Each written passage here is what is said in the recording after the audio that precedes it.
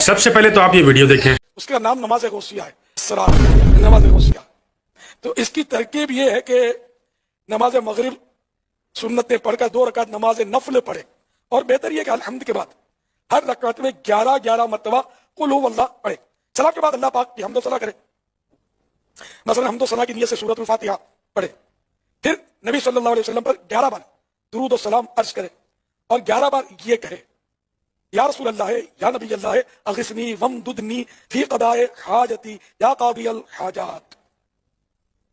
फिर इराक के डायरेक्शन में, जिसमें बगदाद शरीफ है, इराक की जानिब 11 कदम चले, और हर कदम पर ये कहे, या गौसत फ़क़लैन या करीमत तरफ़ैन अगिस्नी वमदुदनी फी क़दाए हाजती या क़ादी अल हाजात।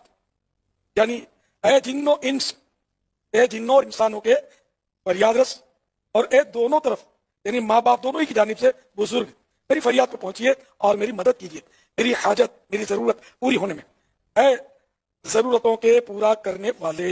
आपने और हमने नमाज पैगम्बरी तो सुनी थी, मगर ये अब आप अपने कानों से खुद मुलाहिजा फरमा रहे हैं कि नमाज गौसिया भी आ गई है। नमाज पैगम्बरी जो नस्ल दर नस्ल हर पैगम्बर पढ़ते आ रहे थे, वो आपने सुनी भी है, और अल्हम्दुलिल्लाह हम वो पढ़ते भी हैं। लेकिन अब नमाज गौसिया आ चुकी है। अगर अभी भी आप लोग चुप बैठे रहे ना, तो मेरी बात याद रखिएगा कि नमाज अतारिया भी आएगी है। अभी भी अगर आप लोगों ने चुप बैठना है तो आप चुप बैठिए, कोई मसले वाली बात नहीं है। लेकिन याद रखिएगा, अल्लाह ताला जिस तरह से आपसे आपके खर्च किए हुए माल के हवाले से पूछेगा ना, उसी तरह से अल्लाह ताला ने जितनी आपको मोहलत दी, जितनी आपको जिंदगी दी, अल्लाह उसके मुतालिक भी आपसे पूछेगा कि जब नमाज पैगम्बरी ही दर हकीकत वो नमाज थी जो रसूलुल्लाह सल्लल्लाहु अलैहि वसल्लम ने हम तक पहुंचाई, तो आप उसमें नमाज गौसिया ऐड कर रहे हैं, आप लोगों को ये सिखाते फिर रहे हैं। कहेगा वली कामिल, आपको नहीं पता कि ये चीज अल्लाह को नापसंद है? आपको नहीं पता कि अल्लाह ताला को नापसंद है कि उसके अलावा कोई किसी को पुकारे? नबियों के तरीके पर नमाज पढ़िए, ये जरूर है, मगर उन्होंने खुद से कोई नमाज इजाद की हो, ऐसी चीज आज तक आपने न सुनी होगी, ना ही ये चीज मौजूद है। फिर ये किस इस्लाम को मानते फिर रहे हैं? इतने बड़े मरकज को चला रहे हैं, पूरी दुनिया को उन्होंने जो है वो सी बनाया हुआ है। आखिर ये किसकी तबलीग करते फिर, इस्लाम की या अब्दुल कादिर जिलानी बड़े पीर साहब की? बात तो सही है। मैं अतारी हूँ, मानता हूँ, इनको मानता हूँ, और शुरा को नहीं मानता। बात तो मजे की नहीं हुई ना।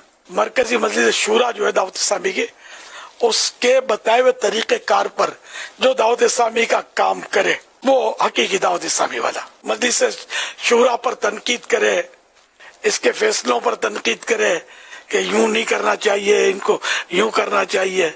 अरे मेरे भाई, ये मरकजी शुरा वाले जो है ना, इनमें कैसे मिलेंगे आपको कई जो दावत इस्लामी में जिन्होंने आँख खोली है? कोई 40 साल पुराना मिलेगा, कोई 35 साल पुराना मिलेगा।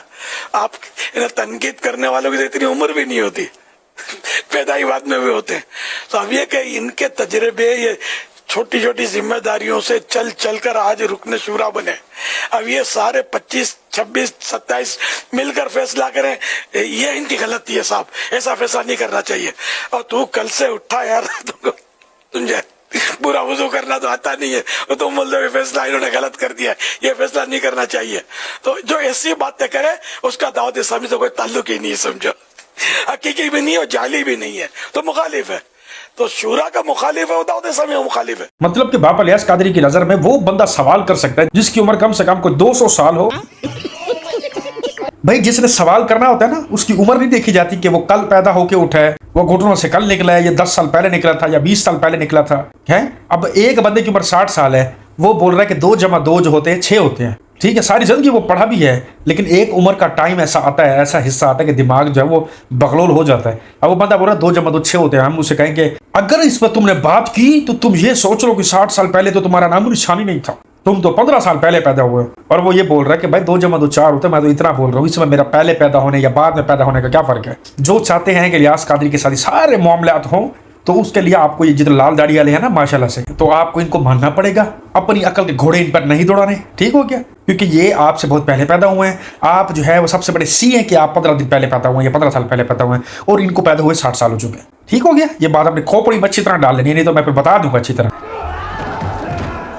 ये क्या है? मैंने गोजरे शहर में एक मरतबा ये तकरीर की, तो बीच में एक बंदा खड़ा हो गया, जमात इस्लामी से तल्लुक ऐसे करके, मैंने सवाल करना है। मैं कहा शक्ल से तो नहीं लगता कि सवाल ही करेगा, जो जिंदा बैठा है वो बोले जिंदा।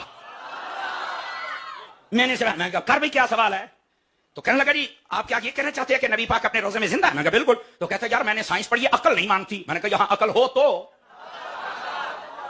تو میں نے کہا بتا تیری عقل کیوں نہیں مانتی؟ کہتا دیکھو نا قبر کے اندر کوئی سوراخ ہے. اور میں نے کہا یار یہ پہیلیاں نہ ڈال, بات کھول. کہتا میں نے سائنس پڑھی ہے, زندہ رہنے کے لیے آکسائڈ اور یہ آکسیجن اور کاربن ڈائی آکسائڈ کی ضرورت پڑتی ہے. تو روزہ اقدس کے اندر قبر کے اندر جب دفن کر دیا جاتا ہے کوئی سوراخ نہیں ہے, وہاں پر گیس نہیں جاتی, آکسیجن نہیں جاتی, کاربن ڈائی آکسائڈ نہیں جاتی, بندہ زندہ کیسے رہتا ہے؟ میں نے کہا مجھے ایک بات بتا, تو اپنی ماں کے پیٹ میں 9 مہینے 10 دن زندہ تھا یا مردہ تھا؟ میں نے کہا بتا جب تو اپنی ماں کے پیٹ میں تھا زندہ تھا یا مردہ تھا؟ تو کہتا ظاہر سی بات ہے زندہ ہی تھا. تو میں نے کہا بتا آپ کو آکسیجن اور کاربن ڈائی آکسائڈ کہاں سے جاتی تھی؟ آپ تو ہزاروں پردوں میں لپٹے ہوئے تھے, ایک پردہ پھٹ جائے تو بچہ بھر جاتا ہے. ابھی چل میڈیکل ڈاکٹر کے پاس, یہی بات ہے. کیسے زندہ رہا؟ کہتا نہیں مولانا وہ رب کی قدرت ہے. اب میں کہا چھوڑیا جیڑا رب تیرے واسطے قانون بنا سکتا ہے مصطفیٰ واسطے روزے چ نہیں بنا سکتا. بہت نازک صورتحال ہے اور اللہ تبارک و تعالی کی مشیت جی کبھی لائی مت بٹانا ہے. سب سے پہلے تو نا اپنی گندی زبان سے نبی پاک صلی اللہ علیہ وآلہ وسلم کا نام مت لیا کر. سوال یہ نہیں ہے کہ پیٹ میں وہ زندہ بچہ کیسے ہوتا ہے اور قبر میں ایک جو دنیا سے رخصت ہو جاتا ہے انسان وہ وہاں کیسے زندہ ہوتا ہے, کن کنڈیشنز کے اوپر ہوتا ہے. سوال یہ ہے کہ جب نبی پاک صلی اللہ علیہ وآلہ وسلم نے جب لوٹے میں کبھی بجلی قید نہیں کی, نبی علیہ السلام کبھی سورج کے اندر چھپنے نہیں گئے, جب نبی علیہ السلام نے 12 سال پرانی برات کو زندہ نہیں کیا, نبی علیہ السلام نے کوئی پرانے مردے کو زندہ نہیں کیا, آپ نے کبھی ہڈیوں سے مرغی سے پھر ہڈی نہیں بنائی, تو پھر یہ عبد القادر جیلانی رحمۃ اللہ علیہ نے کیسے کر لیا؟ اور تم گلے پھاڑ پھاڑ کے اور تمہارا وہ بڑا پیر الیاس قادری وہ بیٹھ کے کیسے ان کے بارے میں اتنے بھر بھر کے جھوٹ بول سکتے ہیں؟ سوال یہ ہے, سوال یہ نہیں ہے بچہ زندہ کیسے ہے اور قبر میں ایک جو انسان دنیا سے رخصت ہو گیا وہ زندہ کیسے, یہ سوال نہیں ہے. سوال یہ ہے کہ جو چیزیں نبی علیہ السلام کو نہیں ملی وہ عبد القادر جیلانی رحمۃ اللہ علیہ کو کیسے مل گئی؟ میں تو یہی مطلب مشورہ دیتا ہوں کہ اسکوٹر پر بھی ڈبل سواری پر بیٹھے ہیں تو یہ دیکھ لیں کہ کہیں وہ گندا ذہن تو نہیں بن رہا, بدن بالکل چپک کے بیٹھتے ہیں. ٹریبل تو توبہ توبہ, آنکھ تو سمجھدار آدمی کبھی کرے گا نہیں. ٹریبل سواری اتنا خطرناک, یہ چپک کر بیٹھتے ہیں اور اسپارکنگ نہیں ہوتی ہو, یہ بہت مشکل ہے.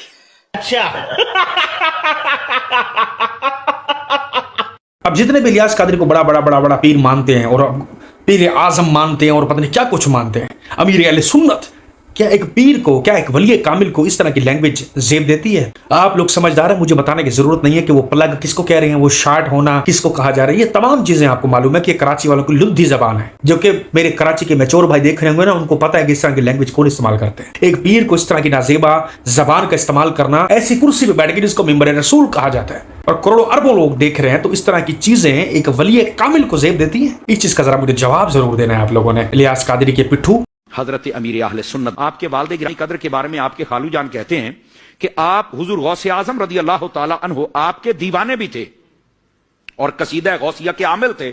فرماتے ہیں کہ جب شوق اور محبت کے غلبے سے پڑھتے تھے کبھی کبھار ایسا ہوتا تھا کہ چار پائی جس پر بیٹھے ہوتے تھے محترم حاجی عبد الرحمان صاحب رحمۃ اللہ علیہ جو آپ کے والد گرامی ہیں, وہ ہوا میں اڑنے لگ جاتی تھی بطور کرامت, وہ ہوا میں اڑنے لگ جاتی. قسم اٹھوا لو آپ, جو الیاس قادری کے والد محترم اس دنیا سے پردہ فرما گئے نا, اللہ ان کو گھری کے رحمت کرے, انہوں نے کبھی بھی یہ بات نہیں کی ہوگی کہ میری چرپائیاں یوں ہواؤں میں اڑتی تھی, پر لگ جاتے تھے اس کو اور پھر میں سیر کر کے طواف کر کے آتا تھا. اس طرح کی چیزیں انہوں نے اپنے بارے میں کبھی کلیم نہیں کی ہوگی. خدا کا واسطہ ہے تمہیں, یا تو پھر تم اس طرح کی چیزوں کو کر کے دکھاؤ. یہ تو بڑا پٹھو ہے الیاس قادری کا اور عبد القادر جیلانی کا, یہ سمر آباد سے سمر فروٹوں کی ریڑھی, یہ بندہ خود پٹھو ہے نا ان کا, کیونکہ یہ جتنا مانتا ہوگا نا اتنا کوئی نہیں مانتا. تو اس بندے کو بولو کہ یہی تم قصیدہ غوثیہ پڑھو اور یہ کرسی جو جہاں بیٹھے ہو نا, یہ لوگوں کے سامنے لائیو اوپر اٹھ کے کیا ہل کے دکھا دے. ہم سارے الیاس قادری کے ہی پٹھو بن جائیں گے اور ہم اسی طرح سے پیروں فقیروں کو مانیں گے جس طرح سے گلے پھاڑ پھاڑ کے مانتے ہیں. اور اگر نہیں ہو سکتے نا تو اپنے منہ پہ لعنت نوش فرمائیں اور یہاں سے دفع ہو جائیں.